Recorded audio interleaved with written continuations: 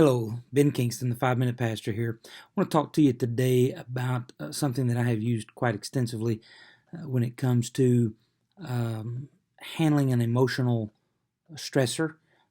Something has popped up, or it's brewing, or whatever the case may be. And this is what I counsel people all the time. It's helped me, it's helped my wife, it's helped our friends and the such.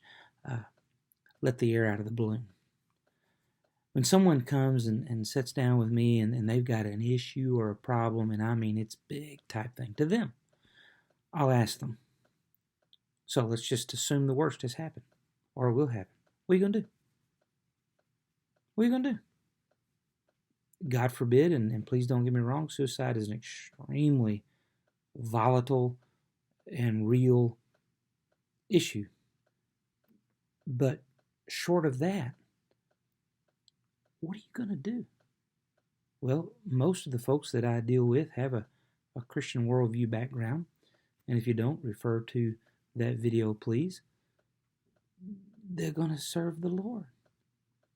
They're going to struggle through, and they're going to do the right thing. Now, all of a sudden, you've let the air out of the balloon.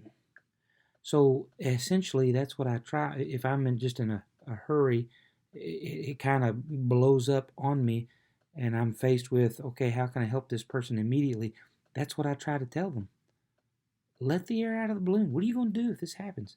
You're going to do what you did yesterday. You're going to serve the Lord. You're going to do the right thing. But I've got a few notes here to help you, if you've got time type thing, to work through a little more. First of all, ask yourself 3 questions. The first question is this: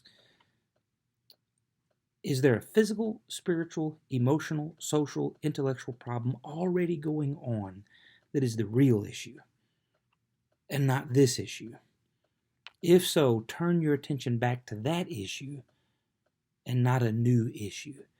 So many times in our life, the real problem is not the problem that's right in front of us. The real problem is a root problem.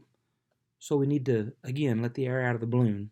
This isn't that big of a deal, but we do need to mess with this. That is a big deal. Number 2, can I place value on this issue, therefore knowing what response to give to it?